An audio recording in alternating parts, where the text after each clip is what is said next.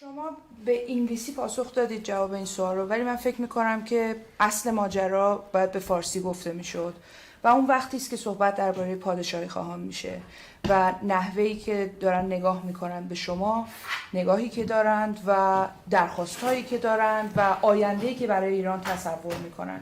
شما با گروه‌های مختلف دارین صحبت میکنین، با کشورهای مختلف، با فعالان مختلف، مثل پیامی که دارید برای سپاه دارید، برای نظامی‌ها دارید. برای هواداران خودتون چی میخواید بگید وقتی که میگید که علاقتون حتی چیز دیگری است؟ خب بس این توضیحات رو بتونم بدم و این فقط در زمانی است که واقعا بتونم باشون صحبت خیلی جدی و اساسی داشته باشم. در حال حاضر صحبت من بیشتر با جریاناتی است که طرفدار شکل نظام پادشاهی پارلمانی هستن.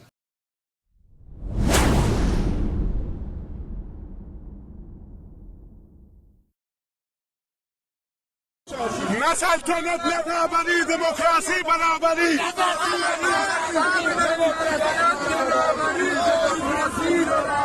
نه سلطنت، نه رهبری، دموکراسی برابری. نه سلطنت